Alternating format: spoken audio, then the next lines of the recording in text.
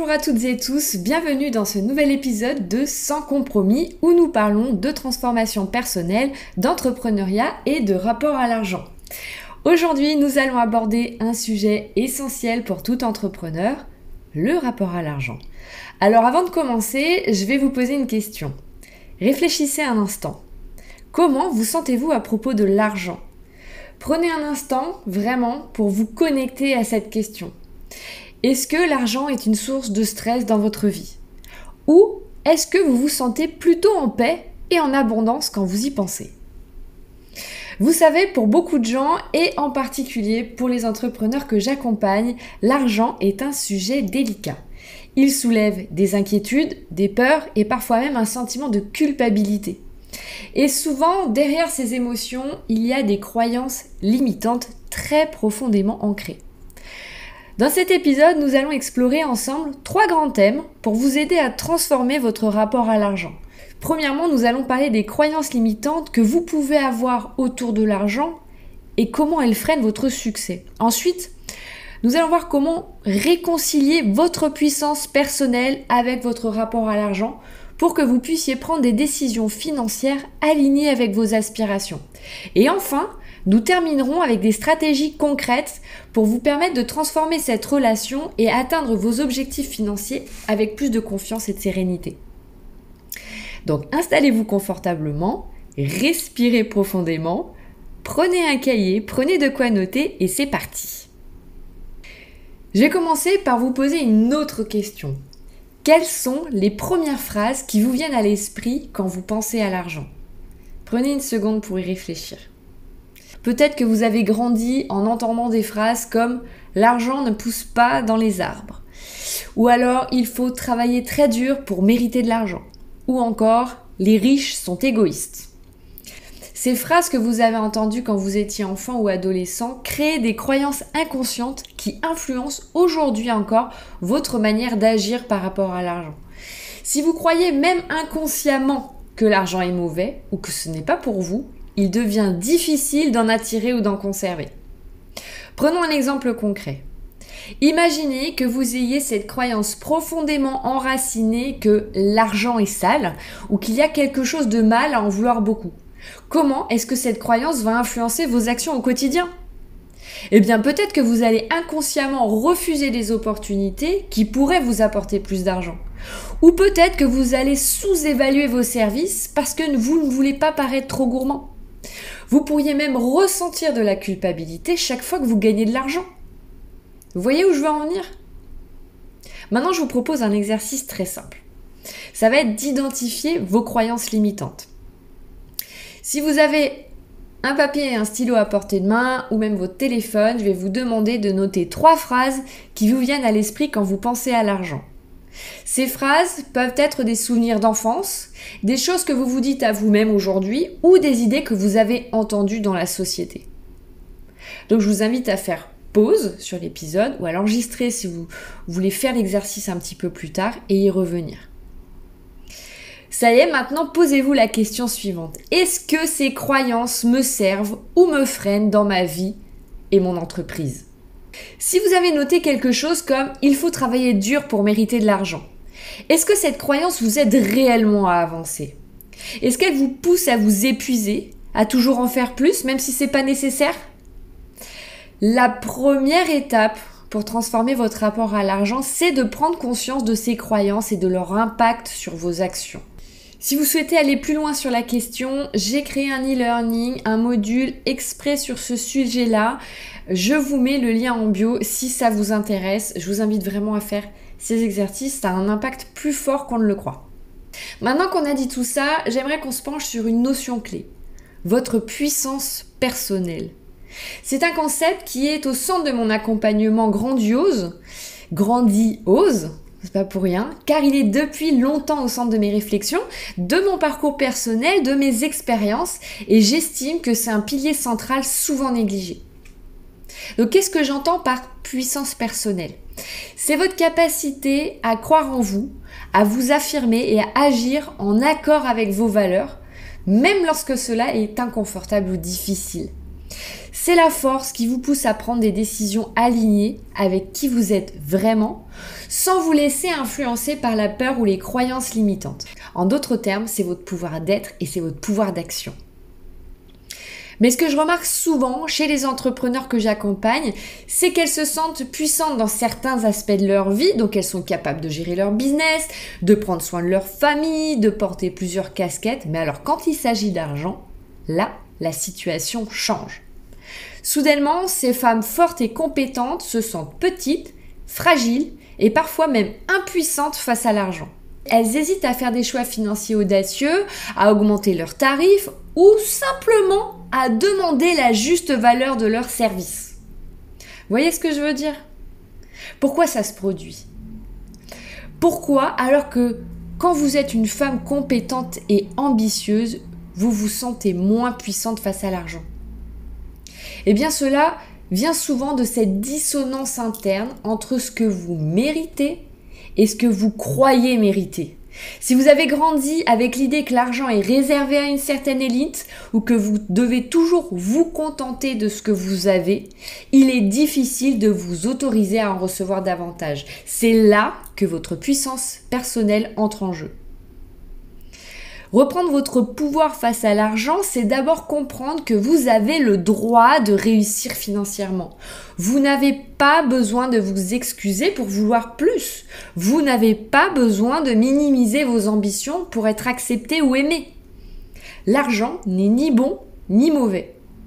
Il est simplement un outil qui vous permet de réaliser vos rêves, de réaliser vos projets, d'atteindre vos objectifs, de contribuer à votre communauté et de créer l'impact que vous souhaitez avoir dans ce monde.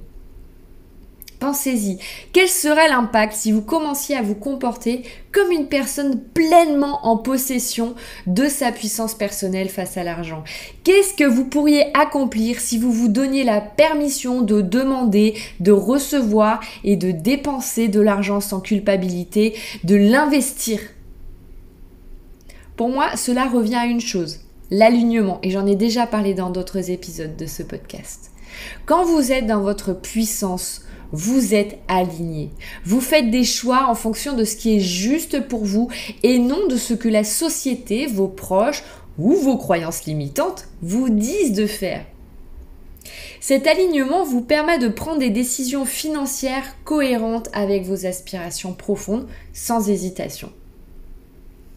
Cela m'amène à poser une question.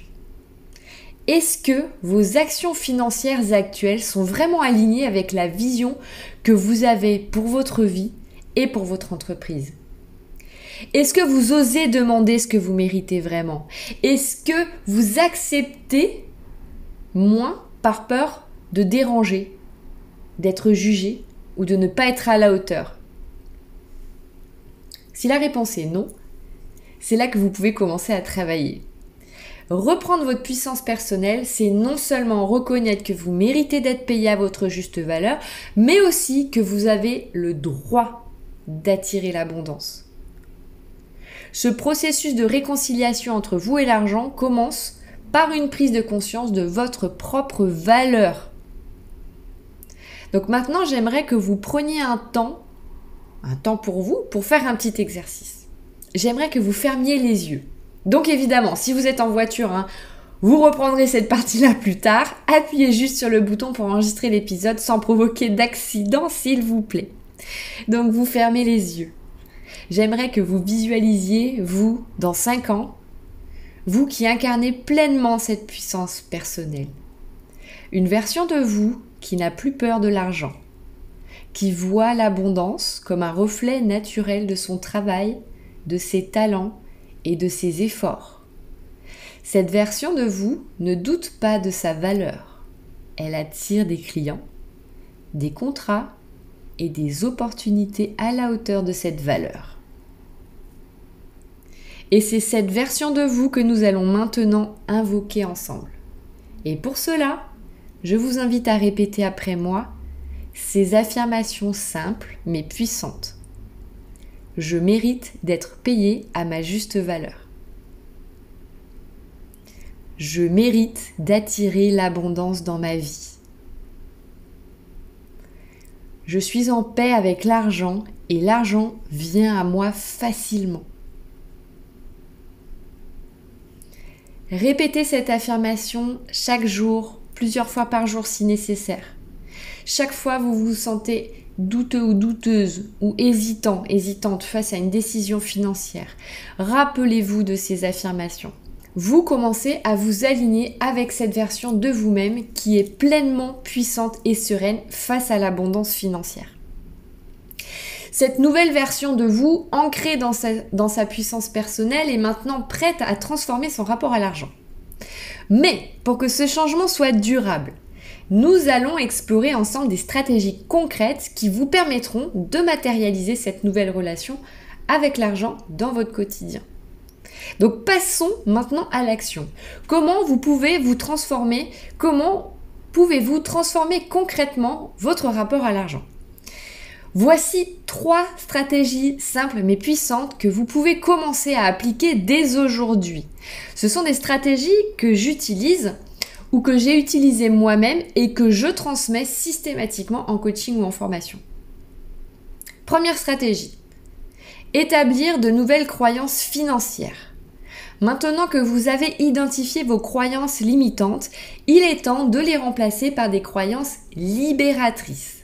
Par exemple, au lieu de croire que l'argent est difficile à obtenir, vous pouvez adopter une nouvelle croyance comme « je mérite l'abondance » et « je l'attire facilement en étant aligné avec ma mission ». Répétez cette nouvelle croyance tous les jours. Même si ça vous paraît étrange au début, continuez. Votre cerveau a besoin de répétition pour intégrer des nouvelles croyances. Si cette phrase ne vous convient pas, si cette phrase ne résonne pas, prenez-en d'autres. Créez votre affirmation par rapport à l'argent qui va libérer vos croyances. C'était juste un exemple que je vous donnais. Deuxième stratégie, fixez des objectifs financiers alignés avec vos valeurs. Si vous ne savez pas où vous voulez aller financièrement, il sera difficile d'y arriver. Prenez un moment pour fixer des objectifs financiers clairs. Que voulez-vous atteindre dans les 6 prochains mois ? Que voulez-vous atteindre dans un an ? Pour cela, je vous conseille d'utiliser la méthode SMART pour créer vos objectifs financiers. Et surtout, demandez-vous pourquoi vous voulez cet argent. Qu'est-ce que vous allez en faire ? Connecter vos objectifs financiers à vos valeurs personnelles vous aidera à rester motivé. Et enfin, troisième stratégie, pratiquez la gratitude pour l'argent que vous avez déjà. Ça peut paraître contradictoire, ça peut paraître stupide. En fait, ça l'est pas du tout. La gratitude est une des pratiques les plus puissantes pour transformer votre rapport à l'argent. Donc chaque jour, prenez quelques minutes pour exprimer de la gratitude pour l'argent que vous avez déjà, même si c'est une petite somme. Cela vous place dans une énergie d'abondance. Et cette énergie attire encore plus d'abondance. Vous avez désormais 3 stratégies à tester et à mettre en place si vous le souhaitez. N'oubliez pas, cette transformation est un processus continu et elle résulte d'une volonté d'évoluer et d'être honnête avec soi-même sans jugement. Il ne s'agit pas d'un changement radical du jour au lendemain, mais plutôt d'une série de petits ajustements qui au fil du temps vont créer un impact profond et durable sur votre vie et sur votre entreprise. Moi personnellement, je le travaille depuis des années, je continue à le travailler, donc ce sont des sujets à travailler tous les jours. Pourquoi ? Parce que le rapport à l'argent, c'est le rapport aussi qu'on a à soi, à ce qu'on mérite, je l'ai dit, mais aussi le rapport qu'on a aux autres, qu'on a à ses parents, qu'on a par rapport à la société, par rapport à son entreprise. Donc vraiment, je vous invite à tester et à être constant sur ces sujets-là, de conscientiser dès qu'il y a un sujet par rapport à l'argent qui vient vous piquer ou qui vient vous challenger. Chaque étape que vous franchissez, aussi petite soit-elle, vous rapproche de cette version de vous-même qui est en paix avec l'argent, qui attire l'abondance avec aisance et qui se sent suffisamment puissante pour atteindre ses objectifs financiers. Alors prenez le temps de célébrer chaque victoire, aussi modeste qu'elle puisse paraître. C'est dans ces moments de reconnaissance que vous renforcez la nouvelle dynamique que vous êtes en train de construire. Pour conclure, gardez en tête que votre rapport à l'argent peut évoluer et va évoluer. Ce n'est pas une fatalité, mais un domaine dans lequel vous pouvez développer de nouvelles habitudes, de nouvelles croyances et surtout une nouvelle confiance en vous, comme beaucoup d'autres sujets finalement. Merci pour votre écoute. Si cet épisode vous a inspiré, n'hésitez pas à vous abonner pour les prochains, à le partager et à me laisser un commentaire. Rendez-vous la semaine prochaine pour un nouvel épisode de Sans compromis. Prenez soin de vous.